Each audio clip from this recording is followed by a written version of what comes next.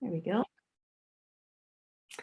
So welcome everybody. If you were here for the incredibly long title called Developing Cross-Curricular and Culturally Responsive Approaches to Coding in the New Math Curriculum, I did not practice saying that before creating that title, but if you're here for that, you're in the right place, and welcome for sure. We're recording. For our colleagues who might have to step away or who might have signed up like I do many times and think they will catch it later and do some of the asynchronous work later. So we've got that happening. So that's why we're going to record, and it gets posted on the OECM website. So that's a space where you can find it once we are finished. Welcome. Wait, it's my PI on my. Hey, Roberta, welcome. We're just going to get started. So sorry, I'm muting my thing. Sorry. No worries. No worries. So as we gather and, we learn in this really interesting way now where we're coming in from all different lands, I wanted to just take a moment to acknowledge my name's Brenda Sherry, and I'm coming in from Guelph, Ontario. So please, in the chat, let us know where you are coming in from and say hello. And say hello and tell us where you're coming in from. So as I said, I'm coming in from Guelph, known as Thadinadonan, the place where they built, according to the Mohawk Nation. We are on the shores of the Omnimosa River, today called the Aramasa River. And I'm on the traditional lands of the Attawandaron, the Anishinaabeg, and the Haudenosaunee people, and on the treaty lands of the Mississaugas of the New Credit. And we're within the jurisdiction here of the Two-Row Wampum and the Dish with One Spoon Covenant. And I'm so grateful for the First Peoples who entered into these agreements. I'm also aware of the harms of colonization, and that these treaties have not always been honored. And so I, like many of you and others, am on a journey to commit to doing what I can to be part of healing the past and looking to ways to make things better for everyone. And one of the things I like to share with educators right off the bat is an app, a website created in partnership with native.ca and Taking It Global and a couple of other organizations. And it's in the chat there for you, but it's a map basically created as a live interactive map where you can use it as a first primary resource for students who are learning about why we make land acknowledgements, teachers who are learning about why we make land acknowledgements, and also there's a lot of elders' teachings that are posted there in the different communities. So you can really travel around Canada and, well, all of Turtle Island actually, and learn about where you are, the land on which you stand. So we would love to see your cameras on today. If you like, that's awesome. We'd like to have some interaction. Also, grabbing the mic is great. We're a nice small group, so we'll be able to have a lot of talking. If there's anything you want to say, private conversations, you probably know how to use that direct message. Stay engaged, use the reactions. That would be so helpful for some feedback. And so in a minute, I'm just going to ask my colleague Dean to introduce himself. But first, I wanted to just say hi and good. Maureen's she's looked after herself and had her dinner. That's good. I did put the link in the chat. Yes. Oh, I sent it as a direct to Dean. So hang on a second. I would have to put that to everyone. Thanks, Rob. There we go. So if you could also add in the chat what your district, your role there, any social media tags that you want to, oh, sorry, Roberta it was that asked. Thank you, Roberta. That you want to share with us, because we can be a little community here. We're going to meet over 3 times, so that is so nice. And I wanted to show you, there's my contact information. You can reach out at any time, but this is the crew that really got me started coding. These are my grade 2s from about, I don't know, it was like 2003 or 4, maybe 2004. I began teaching in 1987, so I'm rather old. There wasn't even the web when I started teaching, right? So I had 2 desktops in my classroom at about this time in 2004. And, not the ones that you might see today, those big honking, old desktops that we had to carry around and that kind of thing. So I'm going to out myself right up front. I am not a programmer. I did a little programming in university with Waterloo Basic, but really the rest of my learning has come along the way with students and other educators. So this learning, when I started with this class, we were doing global projects, we were blogging, the students were actually blogging and doing some coding, and all that with, through 2 devices in my classroom. So, I kind of think back, and the whole one-to-one thing, I think we can still do a lot of things without tons of technology. So this journey took me to a new position in my board as a technology coach. And then, this was before Twitter even, so I didn't have a learning network on Twitter. So I decided I would go to OISE and do my MEd in curriculum teaching and learning, and sort of that I followed my passion there along there in the early 2000s. And then lots of PDSB folks. Yeah, that's awesome.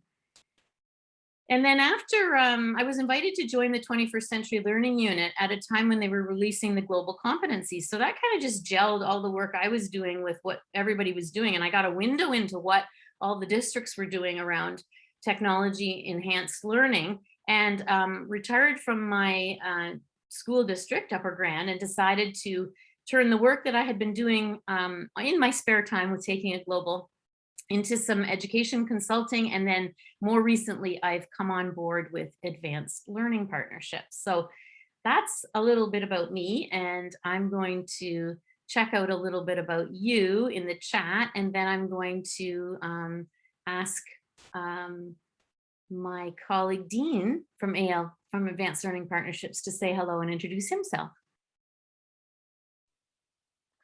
I'll say hello and introduce myself. Hi, everyone, and again, lots of familiar faces, and it's great to have this sort of little network that's growing and working so hard to support educators in Ontario. And yeah, Brenda and I have known each other for a long time, and we've worked together in different capacities, but we have a new partnership that we're working on here and a few other places. So I'm now working for Advanced Learning Partnerships, and they partnered with Dell and OECM to bring you these webinars. So OECM is Ontario Education Marketplace that purchases devices for districts in bulk, and thus are given through Dell and professional learning days. That's where we came in, and we worked together with, and there's a number of you on this call who helped participate and shape some of the work that we're doing. And we're just ending up sort of phase 1 of this initiative, and we're going to be launching a few more sessions in November. We have one coming up tomorrow with Linda Klein on racism, but we have a few more coming. I'm going to do actually a couple coming up this month. And then we're going to keep going in January. We've got some great stuff happening as well. And just side note, Brenda and I are going to see each other in person on Thursday in British Columbia. So we're going to be doing some work out there. So we're excited to do this, and I'm excited to sit back and watch Brenda do her stuff. Oh, you're not sitting back, Dean. We're going to be doing some interacting. Just full disclosure, I got a steak on the grill, so I am not okay. But I'll be in and out. I'll be in and Yeah. out. I'm with you. Okay. I'm with you. No worries. No worries. Hey, is there? Yeah. Okay. I don't know if there's things for people here in this room, so we'll have to. Oh yeah. I'll make sure there's always things for people. Okay, so there's yeah, okay, I'll announce that in just a second. But before you go off and eat your steak, we wanted to just clarify that. Okay, awesome, thanks, Dean. So yes, ALP is a fantastic consulting firm led by leaders, in service of leaders, and really people at the fore, which is why I'm really enjoying myself in the work that I do, and feeling really a lot of gratitude. So I'm looking at our chat here. We've got math folks, instructional leaders, people from TDSB, digital learning resources, Wilfred Laurier, my friend Jennifer, who I met a few years back, Lots of PDSB teachers, so that's awesome. Even the day after Halloween, you guys are great. And Maureen, so lovely, lovely connection of folks. So just to get us started, oh yeah, okay, so hang on a second. What is your feeling about coding? What kind of feeling do you bring into your practice? What's your experience with it? So I'd love you to let us know either in the chat, are you number 1, woohoo? Are you 2, quietly creating and an artiste? Are you hiding under the pillows there, or are you relying on others? So grab the mic if you tell us how you feel about coding and what your experience is. Or put it in the chat, but don't be shy. We'll have more fun if we get people chatting.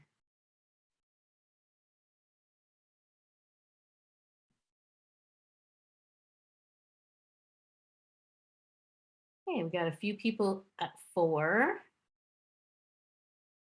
Some 4 3s, Roberta, okay. Sounds like Roberta is with a little help from my friends. She's coming out from under the pillows and doing some, just 4, okay. Take away 3, all right, Roberta, that's excellent. Learning from others, yeah, remixing, collaborating, right? That stance, we can't do it alone, right? I'm really happy to see the people who are here because I know what I know from my experience, but I am learning lots. I'm learning tons from Melanie, actually, to deepen my thinking about coding, and I'm hoping that's why she's here, to contribute a lot of her ideas as well, and a few other mentors in the space. So Lego we do, really learning from the students. They teach me, absolutely, yeah, great. All right, so I sort of was thinking about what our time together could look like, and as I said at the beginning, really excited that it isn't just a 1-hour session. We've got three sessions. So I was thinking we might want to be reflecting tonight on why coding is important to us, starting with ourselves, and then why is it so important to our learners. And then maybe we can jump into some action items as well today, doing some coding.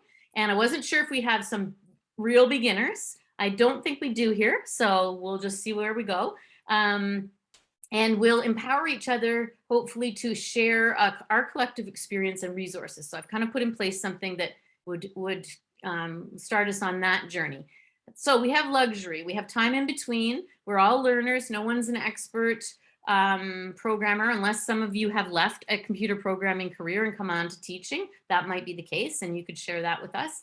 But as practitioners, we want to have some practical information, but we also want to deepen our practice, right? We're on a journey. It's never over. That's what makes this career so cool. So we'll probably start with some easy peasy stuff today in terms of the coding piece. So if you are new, never fear. You've got lots of support in the room here. And so I really would like to start with your questions. And so I have hopefully allowed permissions correctly on this Jamboard, and I'm going to put it in the chat to everyone. There we go. So you can actually go to this Jamboard, and I'd like us to just sort of reflect and think a few minutes about why we think this workshop is important to you. Why is this series important to you? Where are you right now with what you want to be learning? Why are you here? Oh, hang on a second, Brenda. Yeah, excuse me, I forgot to do this. There we go. All the anonymous creatures are now allowed in.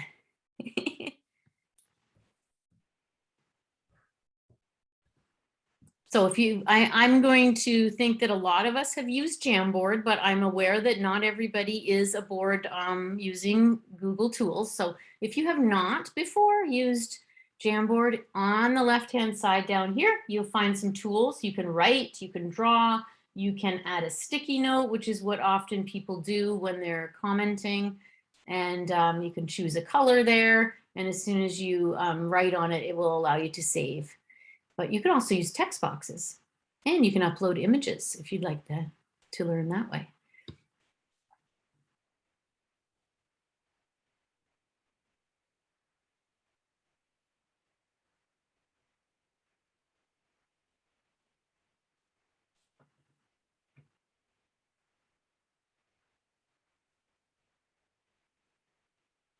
And I noticed Katina has joined us. So we're just writing some of our thoughts about why this workshop series is important to us, Katina, but welcome. And you might have exciting news to share with these people that I didn't share yet.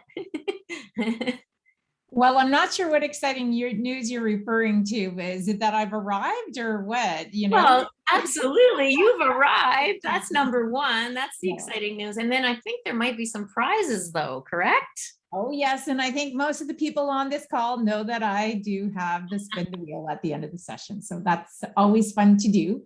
But more importantly, just thanks, Brenda, for leading this. This is a great session that lots of people need. So excited to learn more with everybody and be part of the action. So thanks, everyone. Appreciate you being here. Right. Thank you. So I'm just looking at some of the thoughts that are coming out here. Just going to make them a little bigger for my tired eyes tonight. Yeah, so there is the new ideas around coding, but then there is that deepening of what we know around how empowering it can be for kids, and how can we deepen it to include some of the equity pieces, and why is it, why would we want to be doing that? Yeah, learning how to better incorporate coding, still working on combining subjects, I think, is that one is. How to better support my students with their identities and experiences, so important. Moving forward your practice. Not just in algebra, there's a good point, right? I know people big time in the coding, like big time involved with the origin of some of the coding languages for children, like Cynthia Solomon, who coded the very first version of Logo with Seymour Papert.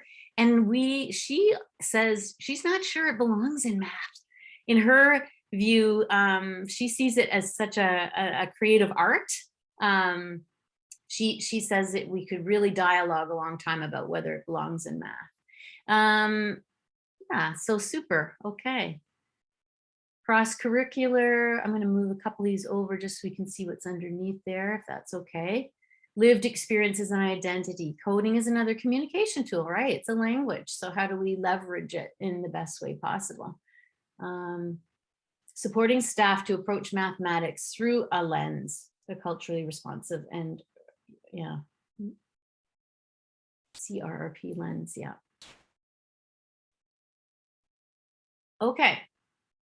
So if that's why, thank you for contributing.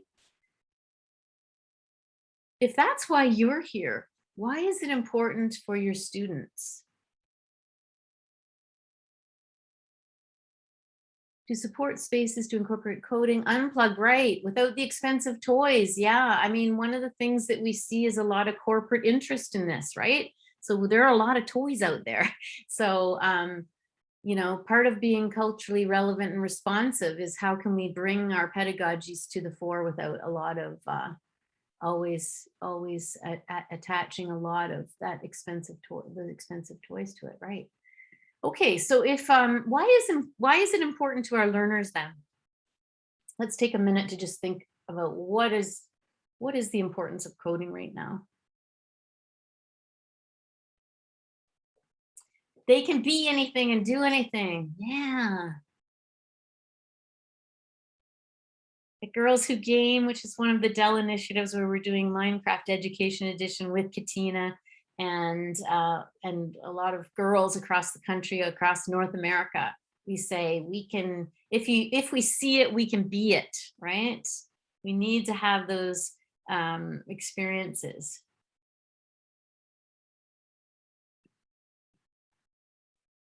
Thank you for moving them over.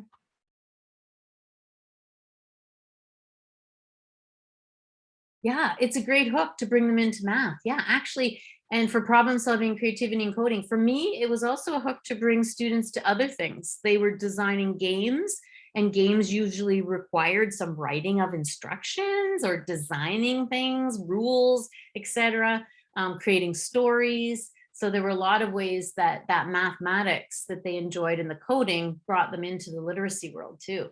Our students are surrounded by many tools and technologies. How do we help them move from being consumers? Oh, good point. To creators who are literate with the ins and outs of coding, right?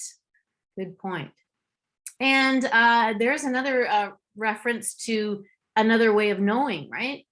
Coding can be used to express understanding, to demonstrate your learning, and be a creator. Everybody can participate, right? Low floor, high ceiling. There's a way in for all of us. We can all participate. Design thinking skills, going through the design process with anything you're making. So now we're bringing in that whole maker stance, I guess. And current and future skills, right? Nice. Yes.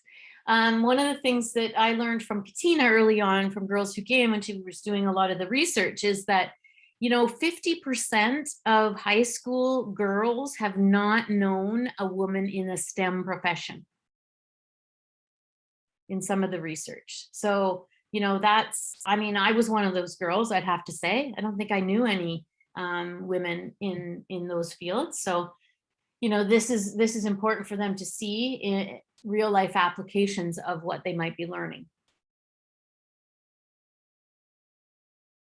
So access to careers, increased representation, right? To feel that they can be involved. What happens is pretty much equally girls and boys are exploring math and science and doing well, and then something happens and our girls drop off. So the more we can change the culture around technology and programming, and specifically we're talking about today, the more we can have more voices, right? I saw, so one of the things I'm going to put in our resources, I think what Katina shared there is OECD just brought out a new report on equity and technology. I don't know if you want to jump in and talk about it at all, Katina, but you've put a great quote in there, and these folks are going to get that article in their resources package.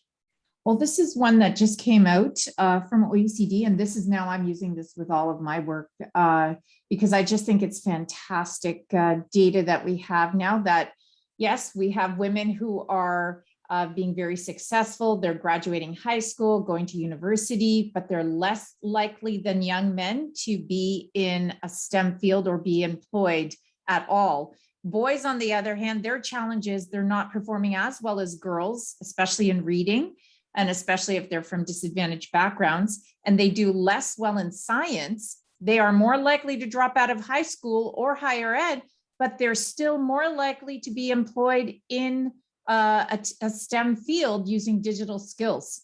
So it's an interesting scenario that we're dealing with. There's no reason that this is happening, and yet we still have way more men in that STEM space than women. So we've got to figure out how to keep the women engaged. But I just think it is great, great data. And that the last sentence really brings it home. Equity in education is about broadening pathways and opportunities for girls and making sure boys stay on target in learning and stay in school. So something to think about as we go through this. But thanks, Brenda. I love this research. Mm-hmm.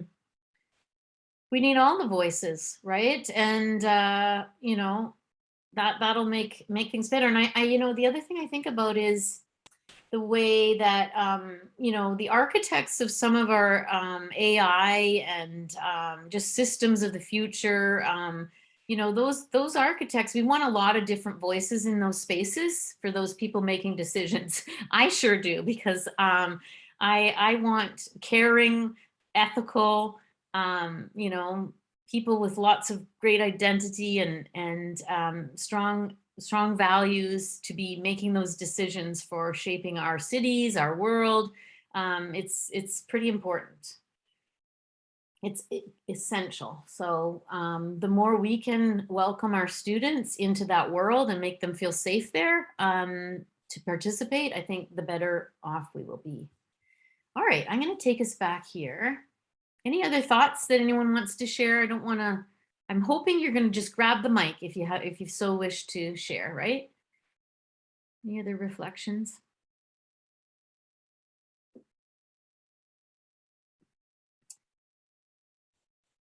Okay, so the last thing I would like you to do, and you may have already jumped in there because you're probably one step ahead of me, but what questions do you bring to this learning? What are you hoping after the end of 3 sessions together, you're going to be, you might wish for more questions. That's what I seem to have happen every time I inquire into something. And Melanie, you're responsible for some of that. So I love it. I love it.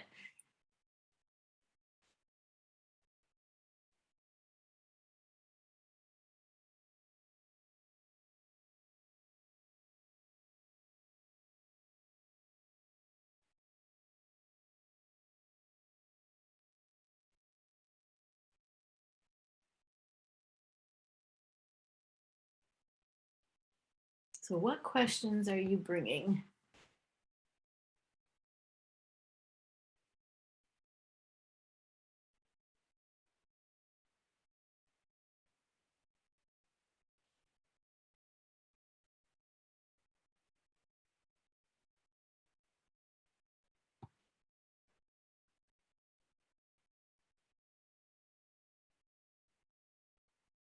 To infinity and beyond. I love that. Yeah. So many ways we can reflect their identities. Yeah, beyond the traditional application of coding in the classroom.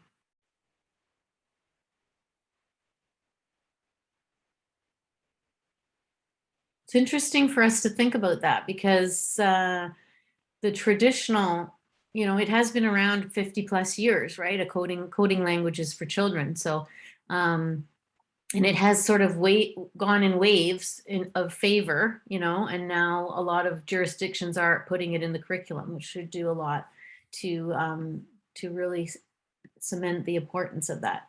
Not that we needed it in the curriculum before. And I'll show you that in a second. Greater understanding, not just tools and resources, but the emphasis on the thinking, making that visible. Yeah, okay, great. Yeah, and how can it be connected to student interest and identity? Okay, excellent. Keep going with those questions. What I love about having 3 opportunities with you folks is that we can really, I can look at these and come up with where we're gonna go. So that's great. Excellent. Oh, someone doesn't feel like they have all the answers, nor do I. Yes, and Diane's sharing some great information there that it's not, that there is a diversity gap that sees an underrepresentation of certain cultures. Yes, for sure, when we're reflecting on that gender gap.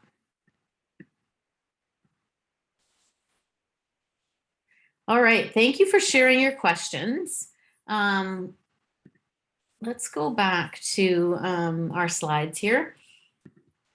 And so most of the computer languages we're using today with children started with this amazing mathematician, Seymour Papert. And I always have to kind of give kudos to him because some people have called him the father of educational computing. And definitely he was a mathematician that worked with Jean Piaget. So he was learning big time about constructivism and the theory of that developmental theory. And he created a notion, I guess, not really a theory of learning, but he called it constructionism. And it's the making of something in that we learn better by doing. We learn even better if we combine what we're doing with talking about it and thinking about what we've done, right? So it's the idea of that the genesis for the maker movement, and that is often attributed to Piaget. So constructing knowledge, solving problems, thinking creatively, and then not just doing that, but also reflecting on your creation and then usually having some kind of public scrutiny for it, right? You're sharing it with someone to get some feedback. So for me, when I first heard about Papert, I was just kind of blown away because I was really into social constructivism and Lev Vygotsky's work. And I had come from an arts background. So Elliot Eisner also talked about the same thing, about how knowledge is private and inside us until we share it. And the arts are a big part of that. And that there are other ways of knowing, right? There, we can share what we know, not just by talking and writing. We can dance, we can create music, we can do all these things. So to me, that was just a really nice mind meld of what I was learning around technology and what the research in the other areas said. And then when I read in the new curriculum, there was one piece that really stood out to me to be so aligned with constructionism, and that is the beauty of mathematics can be found in the process of deriving elegant and succinct approaches to resolving problems. Other times, messy problems and seeming chaos may culminate in beautiful, sometimes surprising results that are both simple and generalizable. And I think if you've ever done any coding with kids, you know that often you start in one direction and you end up creating amazing things and learning together in that way. So I just loved that. When I first started, we were talking about, Papert would have called it turtle geometry. And so the turtle is, you're viewing the turtle from above. So you do a lot of physical computing, like unplugged is what you would call it right now, where you're taking students out of the computer, away from the computer and actually moving in space and learning about that piece. The turtle that Papert created was actually a physical turtle that was a giant turtle that drew lines like this on the floor. So students really had to learn about orienting themselves in space. And, I had a lot of success with this. And what I said before about, not really needing it in the curriculum, it's wonderful that it's there, but, we were experimenting, children were leading me. It supported the confidence I have in children to learn and to get engaged. And we were doing lots of curriculum related things, recognizing, extending patterns, comparing, measuring. We were creating simulations. We were writing in a variety of forms to accompany what we were programming.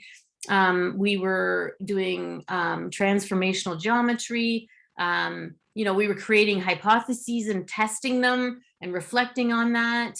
So, it was really that idea of putting the learning in the hands of the child that Papert believed in, and why he created this micro world, he called it when he first created it. So, I was sold right away. It just sort of matched all of my beliefs. And then in order to go deeper, I'd recommend a few texts for you in terms of where you're at. And many of you may have already read I read The Children's Machine first. And it was amazing. It wasn't specifically about computers. It was about, having a classroom where a student is really an active learner and what that means. So shaped a lot of my pedagogy. Mindstorms is another book he wrote, you'll recognize because he was part of creating Lego Mindstorms. So it was named after his book. A student of his, Gary Steger, and his partner, Sylvia Martinez, created Invent to Learn, which is amazing. Another way to take Papert's first theories. There's a lot of really good theoretical pieces in there, but then lots of really practical pieces moving into the maker space and fabrication and that kind of thing. And then I'm trying to get you some books, which is when we get to our day 3, we're going to do some text-based coding. It's a little different than what most of us are familiar with right now. Most of us are using block-based or object-oriented programming. So I'm going to try to get you some of those books because that's a Canadian program called Links. We'll talk some more about that.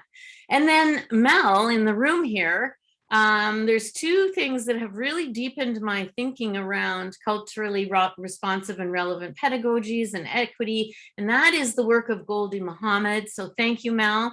I am reading Cultivating Genius and her framework around bringing students' identity into the work and belonging. We know that the research is so clear that identity and belonging are key factors in academic and life success. So we need to create those spaces and have those tough conversations.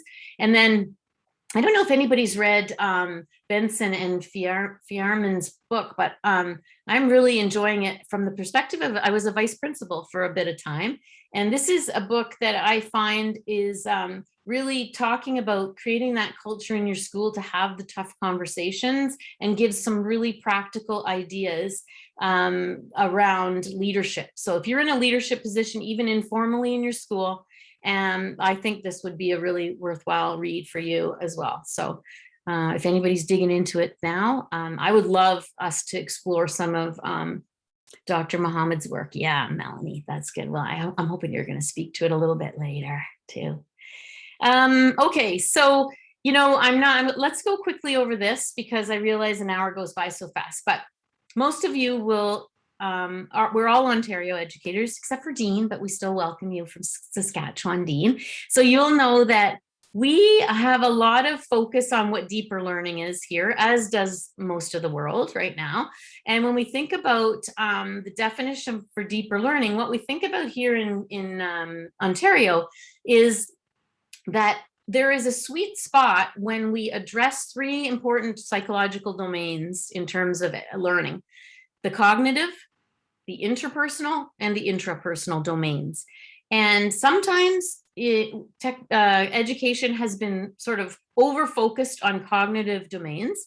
And when we have a sweet spot, when we hit sort of a nice balance of these three domains, and that is one way we could express what deeper learning is. So often people will think about their best learning ever, and it will be things like, being involved in a theater group, or, a sports team, or going on a travel, traveling around the world like your daughters did, Katina. And so when you think about the sweet spot between these three domains, that can get you to deeper learning.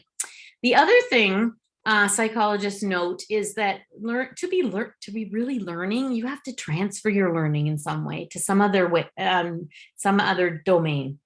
And so if you're learning something and then forgetting it 2 weeks later, have you really learned it? That's an interesting question. And so the idea of near transfer, far transfer, there's a lot of research around that. But what, in my experience, I've found that coding is one of these experiences kids enjoy. They remember it for a long time. They, they're not just developing skills, but they're also working on dispositions like collaboration and problem solving and communicating and, thinking and reasoning and decision making, lots of problem solving. So, it's an activity that's going to may get to some of those deeper learning experiences. And so here, what won't be probably unfamiliar to you are the sort of 6 or 7 6 C's, or people are the world over are using these words as global competencies. A little different than some of the colleagues I'm meeting in the US are talking about something called global competence, which is a little different. This is more individual and global, but so we have those. So when I saw our revised curriculum come out with the social emotional learning, I immediately was like, ooh, because this happened just after I left the ministry. And so I was there when they released the competency document. There was a lot of discussion about it. And then the new curriculum came out after I left. But one of the first things I did was I looked at those elements they put into overall expectation A1, and I was thinking about them related to deeper learning, and it looks really nice. It's kind of a neat balance around those domains. So that was just a new lens that I was looking at through looking at this through. And so I wanted to open it up to you. What are your thoughts about using this SEL framework in math these days? Like, how is that resonating with you, or anything around deeper learning? How are people using this at the moment. I imagine districts are just starting into some of their PD around it.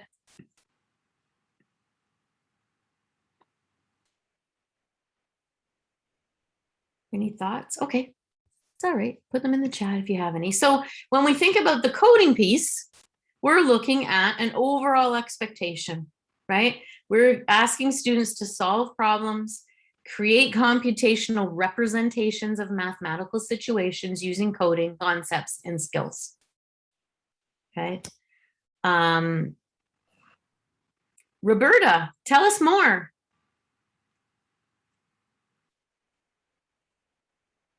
Oh, I guess I'm just wondering, like, when I see it in the math section, I think, well, sure, this stuff all applies in math, but it applies everywhere. So why did they put it in math? Why didn't they make it as part of maybe learning skills or something? I mean, it just didn't make sense to me of how to really. I apply it more, I guess, like I'm saying, in learning skills rather than in math. Yes, I can apply it in math. And, this person worked hard to persevere and work through it, and didn't get frustrated and looked at their tools. But it just puzzles me as to why it's math. can I suggest one theory I might have? And that Please. is, okay. Having been at the ministry and saw, one shock I had was, how long it takes to do things. Okay. Because there are a lot of people and a lot of stakeholders to address, and our board, we have the biggest jurisdiction in the country and 72 school boards and that. So when curricula gets revised, they really focus on one at a time. But improvements to this one will probably show up in others. So, when you saw, like, for example, how front matter of the curriculum, which I think is the best place to read, actually, the front matter, as it's evolved, when revised curriculum comes out, you see things like a big equity focus. You see things like assistive technology going in there. You see things like, what else might I be saying? Like, just technology in general has shifted in the front matter and how they speak about it in more of a global way. So it's not that they don't want it in the other curriculum. I think this is a start, and I think you're absolutely right. It is really not just for math. Mm-hmm. Yeah. Right. And Diane, true. The mathematical processes that were so amazing that came out in the past, which would have been like, 2015 or whenever that was. Right. This is an evolution. This could be considered an evolution. A nice way to put that. Yeah. So we get to our overall expectation, and then we get to all of the, similar coding progressions here. And one of the things that I notice when I see this is, you will probably, any coding that you engage in, and please tell me if I'm wrong on this, but most of the coding that you will engage in with students, they will go beyond what you see in this, what's the word? I lose my words after 7 p.m., but progression, right? So to keep your grade ones in that will be really challenging once you are actually coding with them. So that's just something to keep in mind. Scope and sequences are amazing for the people who write them, but it's a little bit harder when you're on the other end, right? Why SEL alone isn't enough. Okay, Rob, thank you for sharing that. We're going to put that in our sharing space in a little while. The other thing I thought was pretty cool was the addition of this process of mathematical modeling, because I really think that a lot of the real world applications that we're trying to engage students in, and with our technology tools, help us think about things this way. So I'd be interested to know, like, when you look at this, what does it remind you of?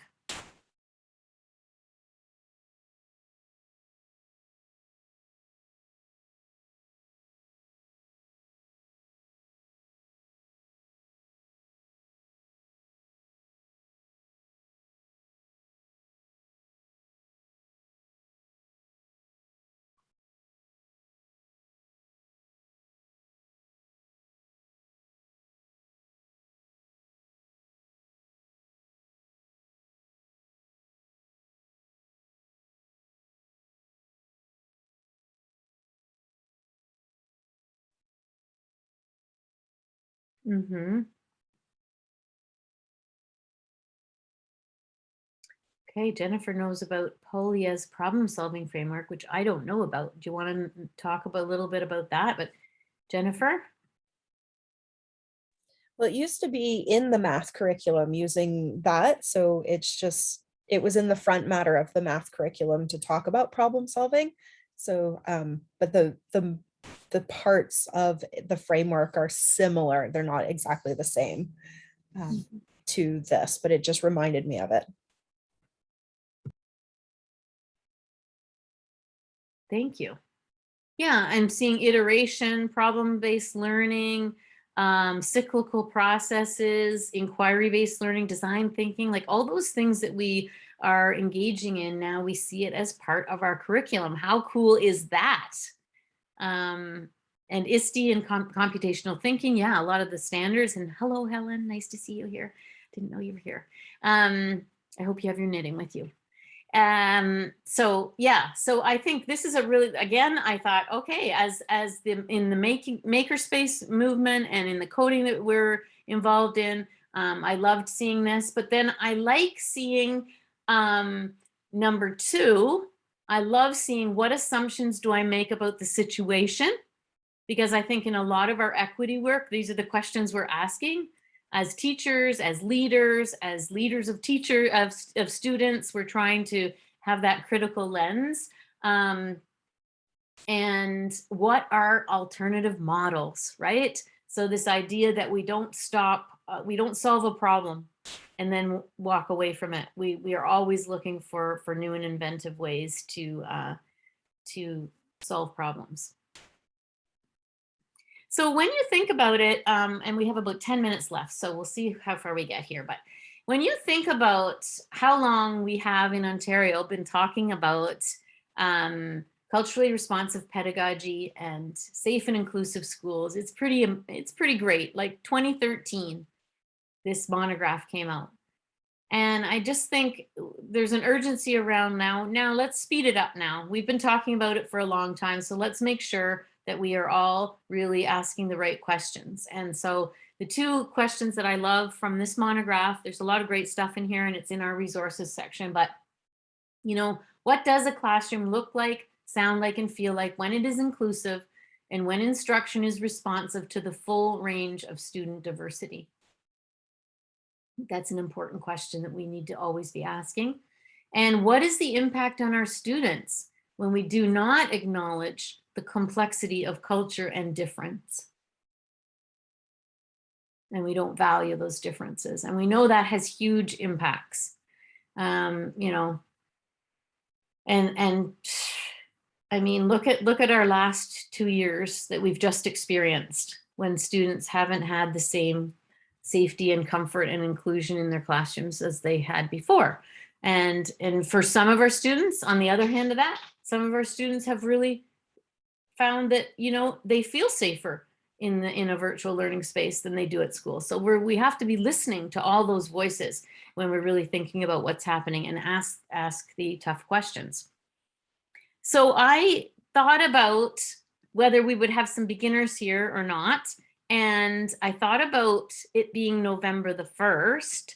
And I thought maybe what we could do is we could play a little bit. We won't have much time to play. And then I'll share a resource that I'm hoping that we will all begin to add to. So what would you be thinking about if you were thinking about playing around with a little coding right now, November the 1st, and you were thinking about your students? What might you be using as as a provocation, as a beginning, as a starting point for some coding? Any thoughts? Any celebrations? Anything your kids are into that we're all from different classrooms, so we don't know the makeup necessarily of everybody's classroom, but what would be something you might jump into?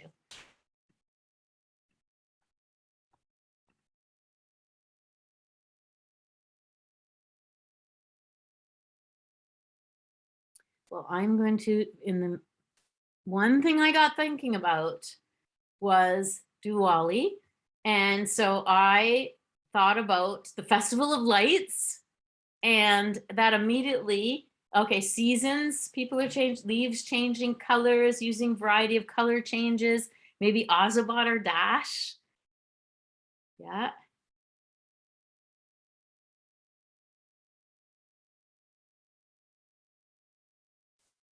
Any other thoughts?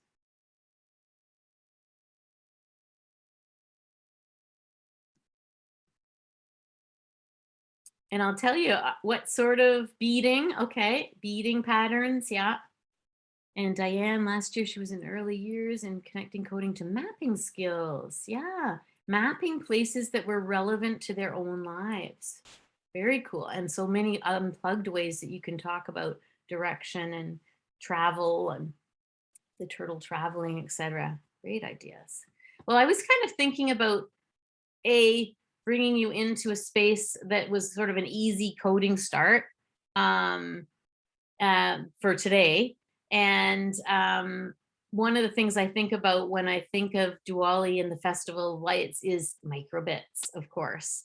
But there's other things that you could focus on, right? You could talk about the sand art, you could talk about the flower petals, light versus darkness, good over evil, the fireworks, getting up at dawn. Like I think of a lot of things that I would be doing with my microbits. So I thought that could be a good space for us to start.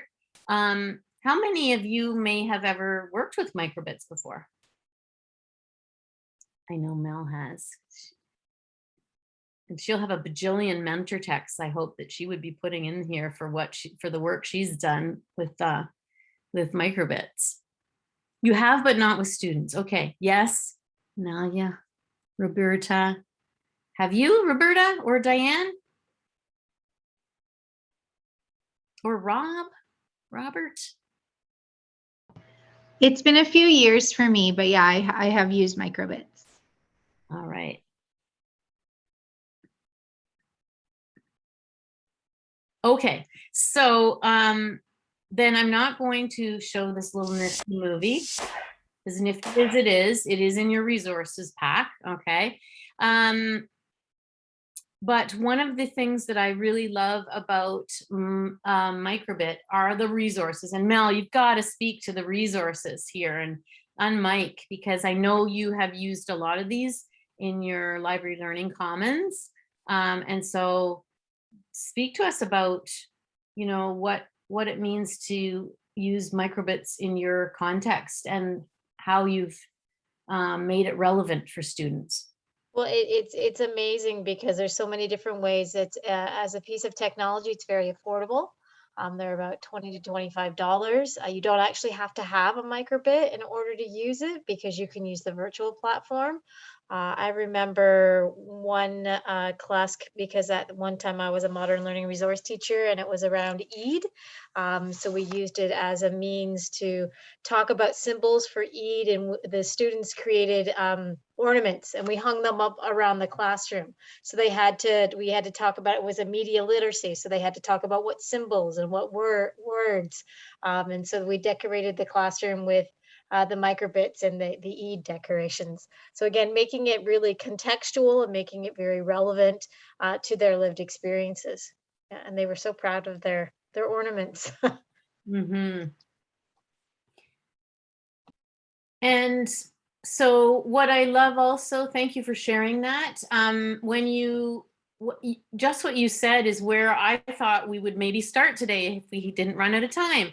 And if you were beginners, because the tutorials here in the Make Code space are just like amazing.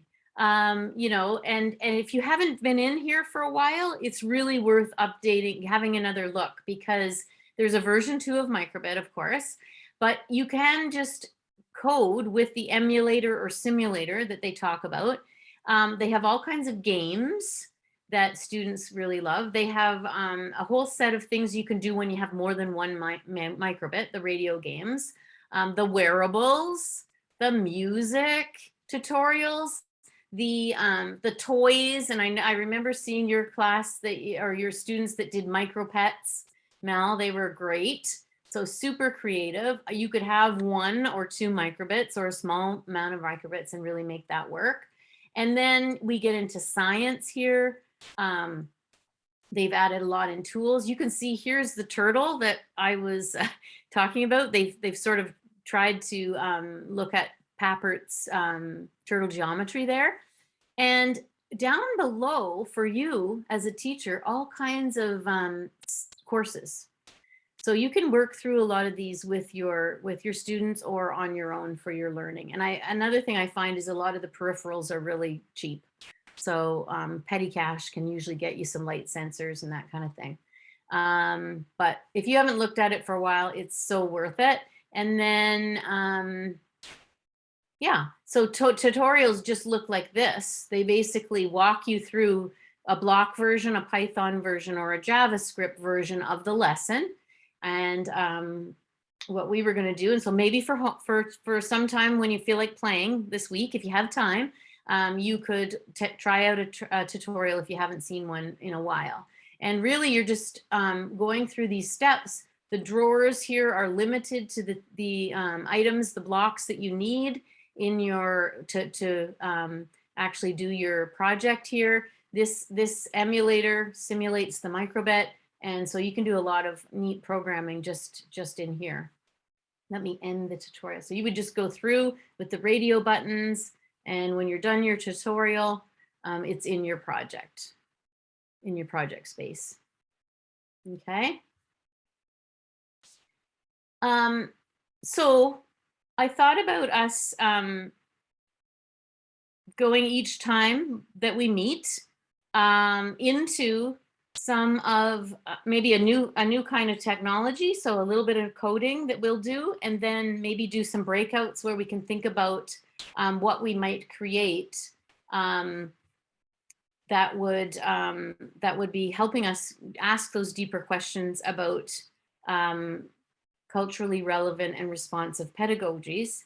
And I thought that if anyone were willing, we could collectively share some of our resources and sort of build something over our 3 weeks. And so let me just pop that link in the chat for you. And you should be able to edit. And if you can't, I can, you just let me know, but maybe not, maybe have a collection of things, and if there's any issue, just reach out to me. But so what I thought about was, okay, what are the things that we need around curriculum and coding? Oh, sorry. Hey, what happened there? I'm pointing with my mouse. Okay, so I've got a stream for curriculum coding resources and math curriculum related things. Some nice things from Let's Talk Science, some nice things from OAMI. Then some different coding applications you might use. So I would like to investigate Scratch next time, and then links, but there's also Snap, and you could go further into Make Code if you'd like. And then we've started a few things around the cross-curricular activities. So there's spirals, there's Your Voice is Power. Amazon Future Engineer has an ear sketch, which is like for, I would say, grade 6 and up. And students are really sharing their voice and using ear sketch to code messages and music, actually. And Pharrell Williams is part of that. It's really cool. And then supporting Indigenous learners in mathematics we'll talk about next time around. We've got Girls Who Game in there, of course. And then just some other interesting stuff where I will also put Rob's article and anything else that was shared in the chat. I will add those today. So that we'll spend some time digging into this in the next 2 weeks. It won't just be all me talking, but I can see it's 8:01. So I better turn it over to say thank you to all of you for coming, and turn it over to Katina to finish us off in an exciting manner. As if coding is exciting enough. You make me laugh, Brenda. Thank you for always being so positive and happy and joyous that way. I appreciate that. Okay, friends. So this is what we do at the end of one of our evenings. Is if you would like to, I'm going to put a link to a just a Google form. And if you would like to participate in a draw for a $25 gift card, and I'm hoping everybody has received them as of late. And just let me know otherwise, because it is coming from a third-party source. So we're always having to navigate to make sure that it can get through firewalls. But if you'd like to participate in the draw, I'll just give you a minute to fill out that form. And then what we'll do is we'll put the names in, spin the wheel, and we'll spin for some Uber Eats cards. And we'll have a little bit of dinner or snacks or dessert, whatever makes it fun for you. Whatever's next on your list. I wonder if we've had any recent winners in this group, but they might not want to say in case they win us again. It's totally fine. You can win as many times, but you increase your probability the more often you come, right? Right. All right. Let's see. Here we go. So is there anybody? Okay, I still see some coming in, so I'm not going to be too quick. I'll give you another minute because I want to make sure I get everybody. Those who have been here, they know the drill. All right. Let's see. Okay, super. And some people like to try and enter twice.